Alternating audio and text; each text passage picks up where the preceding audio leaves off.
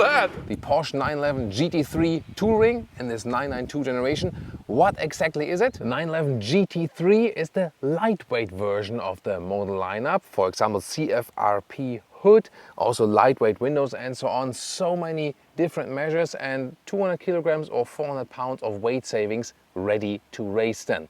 The GT3 Touring is then again taking a little bit off of the super aggressive look. For example, we have a lower bumper in vehicle color and there's also no fixed big rear wing. So the 911 GT3 Touring is still as ready to race as the normal GT3, but a little bit more subtle, so the race car in disguise. Well, but it of course does still have a very sporty look after all. Look at that lower area here in the smash grille and also here this special hood with these air outtakes. By the way, here in the front you can see it really has coolers in the front behind it. Lamps LED or optional here the matrix LED, an interesting daytime running light 4-dot structure. And you'll find the hazard lights or turning indicators in the lower area each. And hazard lights or the turning indicators in the rear look also quite fancy, don't they? What a side profile. The 911 has always been about that, 4 meters 57 or 180 inches. And here for the GT3 we have 20-inch wheels in the front, forged wheels. And look at that here also, how they are tightened. This is awesome work, bigger brakes, and also in the rear then 21-inch, so a little bit bigger, and how massive they are. Of course, a typical 911 shoulder. Gentian blue is the color for today, a very nice Thomas blue. Yeah, I mean, Thomas blue is rather some brighter blue colors. This one is not the darkest blue color, but I would always say it counts as Thomas blue, right? So Enzian, it would, by the way, be the German name for it. Such a beautiful side profile with the 911, and the chrome contrast works very well here also with the 911 GT3 Touring.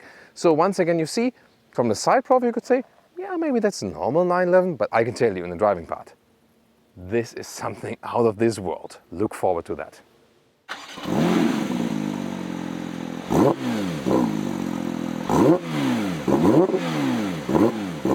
Wow, look at that 3/4 rear perspective, so massive, light strip all the way across the vehicle. Then lower part, centralized 2-pipe sports lightweight exhaust, diffuser huge, and this vehicle really sucks itself onto the ground on the racetrack. GT3 Touring badge. That's the main difference here now, not the fixed wing with the manual control like in the normal GT3 we've shown you in the studio, for example. This one here has the foldable wing and has a more elegant appearance. But is it a 911 for posing? No, it is not. This here, the GT3, is a 911 for races. I will show you in the driving part. And top speed, 320 kilometers an hour or 200 miles an hour, and to 100 kilometers an hour or 60 miles an hour, 3.4 and 3.2 seconds. So 3.4 to the kilometer figure and 3.2 to the miles figure. Massive performance from this 4-liter flat engine, 6-cylinder, 510 horsepower, naturally aspirated. Of course, it has a different sound, way different sound than the normal turbocharged ones. I love that. It has a more natural experience while accelerating. So really looking so much forward to drive this one here now. Well, this service opening is the only thing we have to have somewhat of a glimpse of the technology here. 4-liter assess here just for the fluids and so on. Servicing is done from underneath. This is the car key. Open the front hood with that one.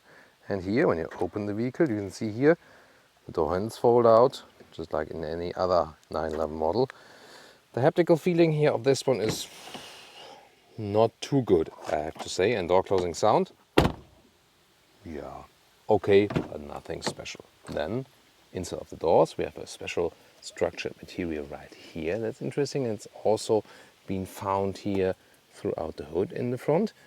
GT3 entry badge right there. And look at that, special bucket seats, but they are actually optional. You start with normal sport seats, and there, yeah, you can go with these then when you really want to go to the racetrack, which you should in this vehicle. And here on the inside we have fabric, both available for the normal sport seat and also here for the bucket seat.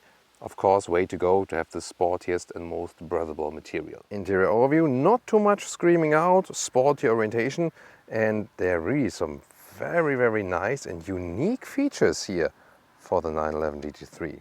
We also still have a manual AC unit, but yeah, it's hard to reach it actually. So we know in the normal 911 there is this brown shaver automatic shifting lever, and then you can easily reach them because it's just shorter. On the other hand, it's cool to have a proper shifting lever, and even if you have the automatic transmission, it looks kind of manual, although it's the dual clutch. So yeah, it's also a very cool feature, isn't it? Small and sporty steering wheel with control buttons here. Left side for the volume, and right side, for example, picking up the phone, also to control something of these digital instruments. You have here analog in the middle part with the classic rev meter, but then digital parts on the outside. Let's take a look at that. Here we go, left and right. You can actually adjust what you want to see then there. Here on the right side, also for example visualization for the driving mode. But there's also a special track screen available for the 911 GT3. And that then, for example, shows the temperatures and so on. So yeah, you can use it. Of course, you don't have to. But in this track screen, you will also have, special gauges for, the shifting process and so on. Here, this function is very important. The lift function, you will need this, because if you don't use it, a normal basement garage or a normal hump on the road or something is damaging the lower body. And then here, suspension settings, you can make it stiffer also right here. And really these buttons are nicely knurled here with metal and also give a nice clicking sound and so on. I really like these. Oh, and I like this brushed style here as the deco element. What a racy seating position here, and steering wheel up and down, in and out, great position to find here, really racy.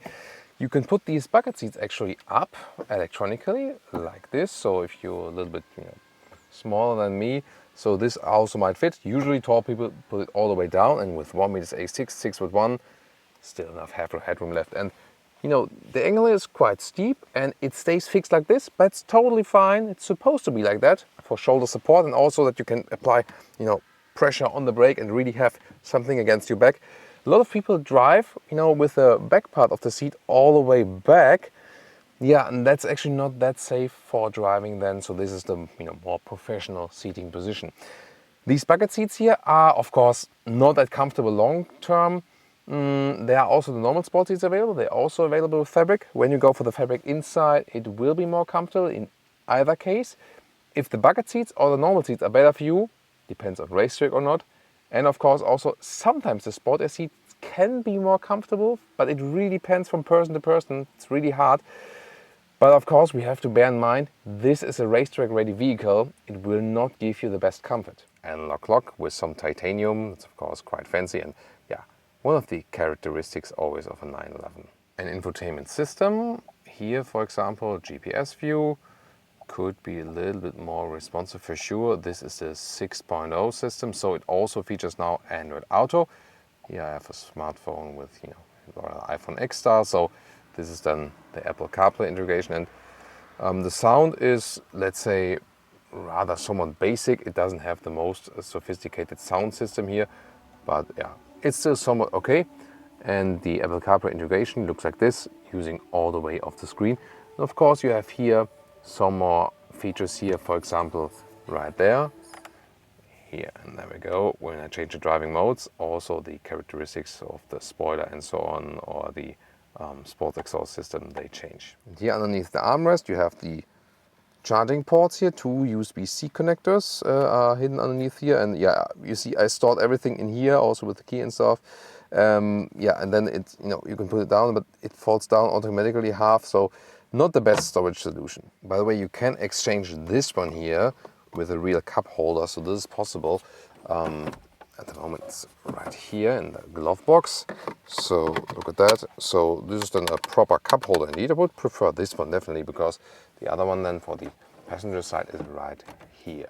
And for the rear you do not have a bench, but just some additional storage area. But yeah, storage area, you shouldn't put things in there that can fly around and hit you, because if you drive really agile, you better be careful. And how could it be different here in the front? Yeah, it has a frunk, although it's not an electric vehicle. That's rare nowadays. But it easily can also house here a cabin trolley, so that works very well.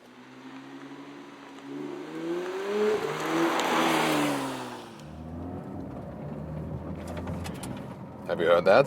You hear the stones in the wheel arches, special all to GT3. Welcome to Thomas's Performance Driving Lounge today, Porsche 911 GT3 Touring.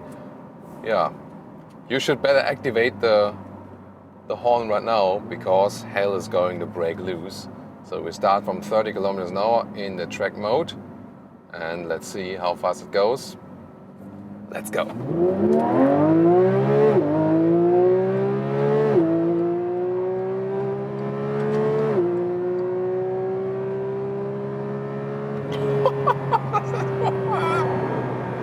That was 200 kilometers an hour, 125 miles an hour.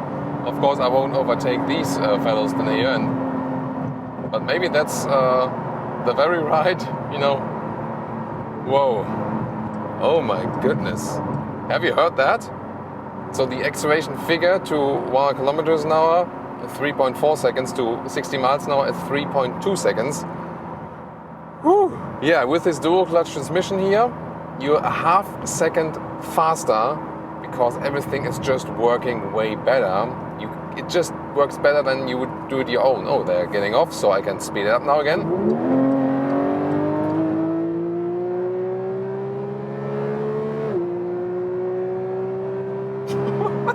Oh my god! That was like a 100 to 200 sprint.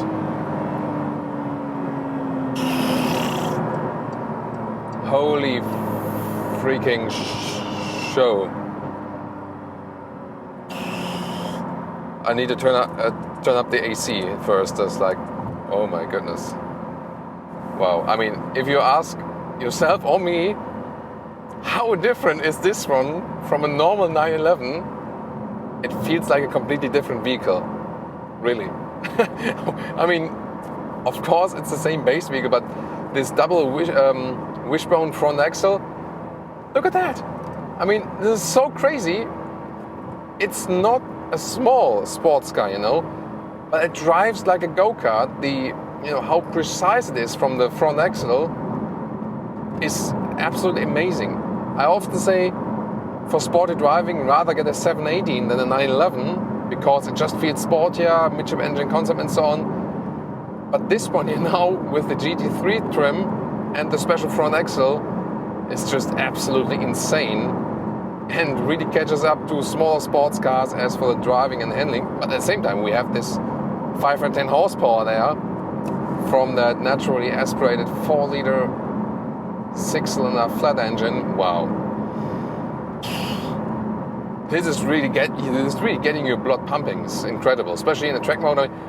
You maybe realize that, like the red line is at 9,000 revs and 8,400 is the maximum power. Wow. And by the way, if you put it to normal mode, then shifts up, keeps it a little bit calmer. But in general, this is, far away from calm. Have you seen that? It's absolutely insane how this car accepts the steering commands. This is a real track vehicle. It's a race car. You are allowed also to drive on the road, and probably you'll be faster than some of the non-legal race cars with this one here. Yeah, if you have almost $200,000 or 200,000 euros to spend. You hear so much more in this car from everything around you, like the small stones in the wheel arches, for example. There's less sound dampening, so you hear more of the engine, but also more from everything. Yeah, and of course suspension. You do lose comfort in everyday driving life, but then again, you get this.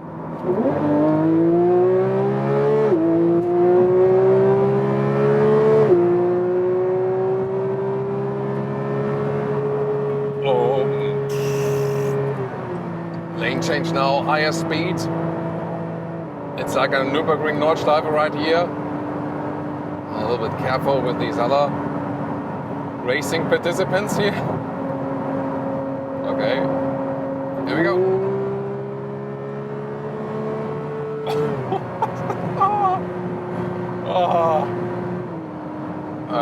Oh my goodness. This is something out of this world, really. And the precision here at higher speeds. I mean, higher speeds feel like nothing for this vehicle. I can't get over how precise this one is steering and how well it handles. It is night and day from a normal 911, and I mean a normal 911 handles very well. Yes, we all know that, but this is something completely different. And look at that, and the steering is so agile and precise. At the same time, it doesn't feel too unnatural, and that is so astonishing. I mean, once again, here's slalom. That's 80 kilometers an hour, and I can't get over it. It's really hard for you to explain, to feel that, because you don't feel the G-force sitting in this vehicle. And when I compare it to other normal vehicles, this isn't even a comparison. So, I mean, I've driven so many sporty vehicles in my life already now, and I really wouldn't have thought that something still astonishes me that much. This is absolutely crazy, this car.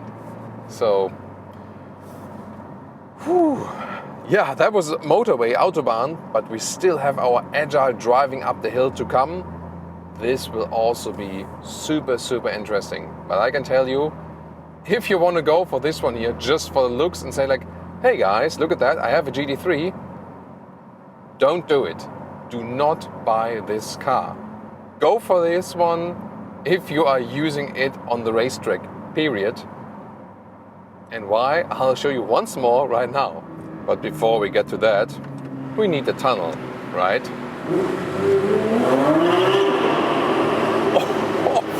What was that? Oh, what was that? You gotta rewind this. I mean, what kind of sound was that? Can't even, what the hell? Oh. So after driving this car, you probably need to see your cardiologist. You need to check your hearing, and you also need to see the physiotherapist, because every physiotherapist in your local surrounding will love these bucket seats and this suspension, because they have a lot of jobs to do then for lower back pain. And now, driving up the hill, Autogefuel's peak, and I also use the manual shifting now. You can also stay in the second gear, of course. Yes, a little bit wet of the road, rear end getting a little bit loose, and this naturally aspirated engine is so cool because it doesn't have this, turbo kicking in. The acceleration is much more linear and therefore feels more natural to me. So here, for example, going back to a normal mode, where there's a building here, we want to be a little bit more silent with respect to the inhabitants here. And then we're passing these houses, and I turn it up in the sportier modes again. But I really like the NA engine. Definitely feels so much more connected than the turbo, and also calmer than in the lower areas in a way, because the real power is unleashed then in the high RPM and areas, definitely. And look at that, how precise it is in the corners. That feels so cool.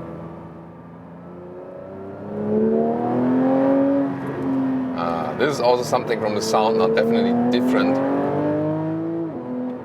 Yeah, this has a proper sound now, and usually, the other 911s, they are not that good as for the sound, definitely, but this one is really cool. Now hairpin corner. Yes. Just awesome. What a flawless sporty driving experience. Now it's time to compare the Mercedes-AMG GTR, and maybe if you search a cheaper ready-to-race version of a sports car, what about the Toyota Supra? Check it here.